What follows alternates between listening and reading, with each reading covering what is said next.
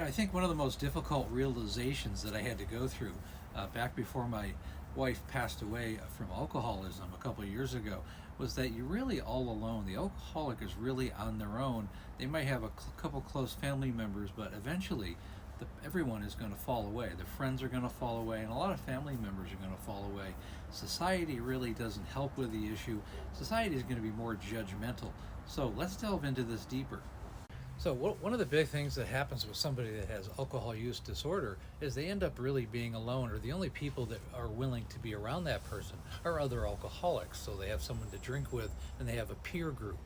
Unfortunately, longtime friends, they stop returning phone calls, they stop answering emails.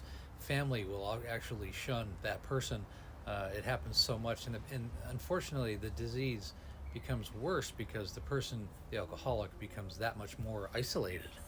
And one of the things as a spouse that really bothered me is I used to go around to the liquor stores that my wife bought liquor at. I went to the CVS that was around the corner, and there's a grocery store that she went to. And I would talk to the managers and literally beg for them not to sell alcohol to my wife. I mean, they all knew who she was. She came in almost every day. And the thing is, their answer was always the same. There's really nothing they could do. It was really a corporate kind of an entity. And it's not something that they can't single somebody out unless they're, inebriated and they're making a scene. If someone's over 21, they have money, they can buy alcohol. That's a problem for families because there's nobody there to support their side of it.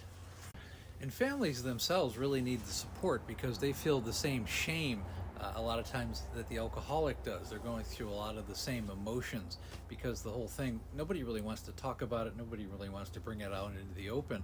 And these are things that have to change. These are norms that need to change. It needs to be normal to talk about this issue rather than sweeping it under the rug.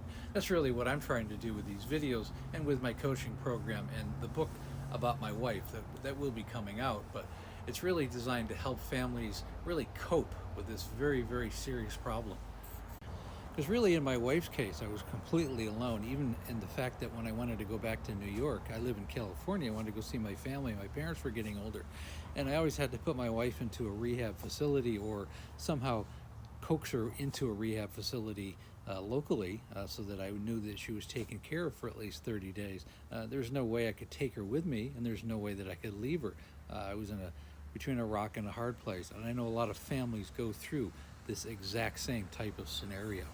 So if this types of issue resonates with you, links are above. Let's set up a breakthrough call so that I can, create sustainable sobriety for both you and your family. I've helped thousands of alcoholics, but most importantly, I've helped their families. And again, thanks for listening.